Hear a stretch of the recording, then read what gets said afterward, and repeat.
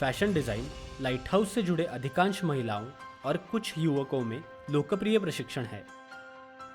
यह क्षेत्र महिलाएं एवं युवकों को काफ़ी आकर्षित करता है। अधिकांश महिलाएं अपने परिवार की देखभाल के साथ साथ हर धारण करने के अच्छे अवसर के तौर पर फैशन डिज़ाइन प्रशिक्षण लेने के लिए उत्सुक होते हैं। आज हमारे साथ हैं गवाक्ष बुटीक की संचालिका एवं फैशन डिज़ाइनर रेशमा जी। चलिए इनसे जानते हैं फैशन डिज़ाइन क्षेत्र के विभिन्न पहलुओं के बारे में। फैशन इंडस्ट्री के बहुत सारे अलग अलग सेगमेंट्स है, सेक्टर्स है, जैसे कि clothing is one of the biggest sector, accessories is one of the biggest sector, और ज्वेलरी है, फुटवेयर है, गारमेंट है, basic textile industry is also very big industry which comes under the fashion industry.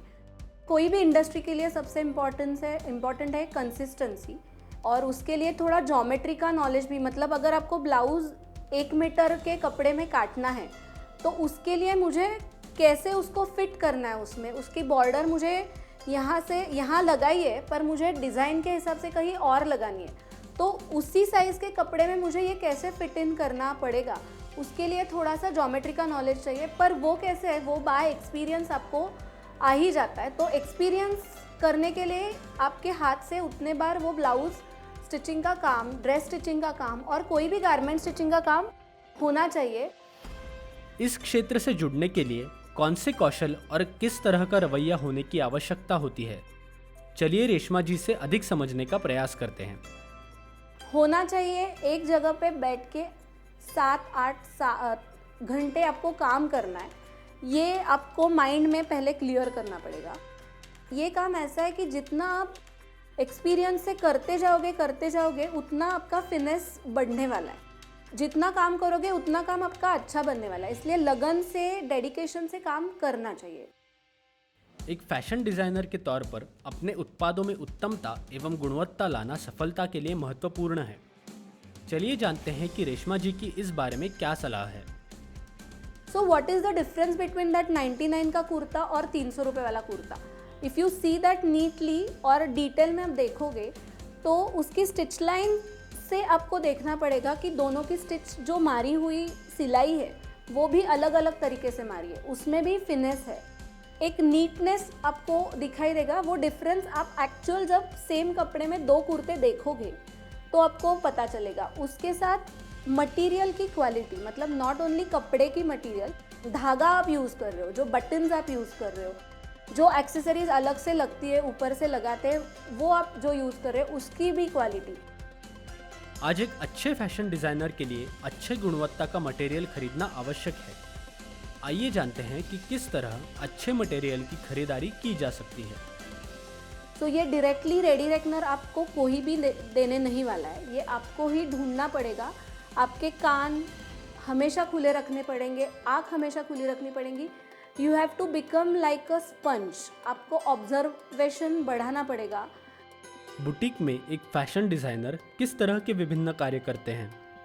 उसमें stitching का एक काम होता है, that is a different department all together. मतलब हमारे यहाँ पे भी स्टिचिंग का डिफरेंट डिपार्टमेंट है। जो टेलर मास्टर्स है उसमें भी 2 तरीके के लोग रहते हैं, एक कटिंग मास्टर रहता है और एक टेलर मास्टर रहता है। जो कटिंग मास्टर रहता है वही मेजरमेंट लेता है, वही actual cutting of your dress वो करता है, और जो स्टिचिंग मास्टर रहता है वो सिर्फ सिलाई का काम करता है। ये एक पार्ट हुआ। उसके सिवाय एम्ब्रॉयडरी वाले पर्सन रहते हैं जो हैंडवर्क और मशीन वर्क दोनों करते हैं। एक्चुअली जो आप आओगे तो आपको कैसा ड्रेस चाहिए, इसका डिज़ाइनिंग पेपर्स पे स्केच करेंगे और फिर मास्टर्स के पास वो चला जाएगा, ये एक रोल है। उसके सिवाय अकाउंटिंग का भी एक बड़ा रोल होता है, जैसे जैसे आपका स्केल बढ़ता जाएगा। उसके सिवाय ओवरऑल मेंटेनेंस का एक डिपार्टमेंट कह सकते हो। एक डिस्प्ले जिसको हम बोलते हैं, that is a very important and key thing, कि कोई भी आपका विंडो डिस्प्ले देख के ही अंदर आने वाला है। फैशन डिज़ाइनिंग एक व्यवसाय के तौर पर करने के लिए महत्वपूर्ण है आपके उत्पादों का मार्केटिंग। इसलिए चलिए जानते हैं रेशमा जी की इस बारे में क्या सलाह है। पहला आपका मार्केटिंग तो आपके खुद से होने वाला है, आपके खुद के प्रोडक्ट से होने वाला है। उसके बाद 1-to-1 और वर्बल मार्केटिंग जिसको बोलते हो, वो है। उसके सिवाय आपको डिजिटल मीडिया का बहुत बड़ा प्लेटफॉर्म अवेलेबल है, और ये सब करते समय एक ध्यान में रखो, कहीं पे भी क्वालिटी में कॉम्प्रोमाइज़ मत करो। घरेलू स्तर पर फैशन डिज़ाइन व्यवसाय की शुरुआत कैसे की जा सकती है, चलिए जानते हैं रेशमा जी से। मेरे हिसाब से आपके लिए 3-4 चीज़ें आपको सेटअप करना पड़ेगा घर के अंदर। एक छोटा सा कटिंग टेबल आपको चाहिए, जो आप फोल्डिंग बना सकते हो अगर घर पे जगह नहीं है तो। एक बेसिक कटिंग मशीन आपके पास होना चाहिए, और एक सुइंग मशीन आपके पास होना चाहिए। आपको अप्रोच होना है, उसके लिए आप पहले आपके मोहल्ले में, आपके सोसाइटी में लोगों से बात कर सकते हो।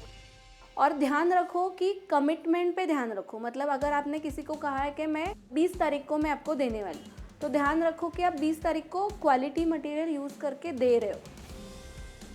अपने व्यवसाय का विज्ञापन प्रारंभिक स्तर पर माउथ पब्लिसिटी से करें। शुरुआत से ही समय का नियोजन और क्लाइंट की दी हुई कमिटमेंट को निभाना, इसे अग्रता दें।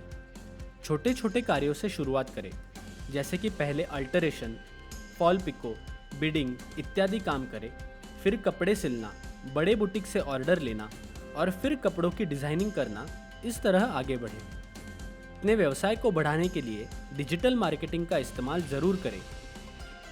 ओवरऑल मैं ये क्षेत्र के बारे में ये बोलना चाहूँगी कि आपके पास स्किल्स होने चाहिए। जैसे मैंने बोला कि आप कोई छोटा कोर्स कर लो, या ऑनलाइन यूट्यूब से सीख लो, या खुद से सीख लो।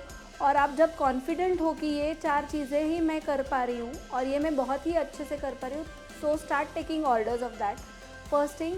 Second thing is don't compromise in quality and commitment पे ध्यान रखो। और थर्ड है वेरी इम्पॉर्टेंट, ये काम जो है वो हम घर से कर रहे भले समझो या बाहर से कर रहे, आप जितना बाकी चीज़ों को महत्व दे रहे हो उतना ही इसको भी देना ज़रूरी है। मुझे ये अच्छा लग रहा है, इससे मुझे पैसे मिलने वाले हैं, मैं अच्छा कुछ बना पा रही हूँ, अच्छा कुछ दे पा रही हूँ, इसलिए मुझे ये करना है। ये एटीट्यूड से कोई भी काम करना चाहिए, ऐसे मुझे लगता है।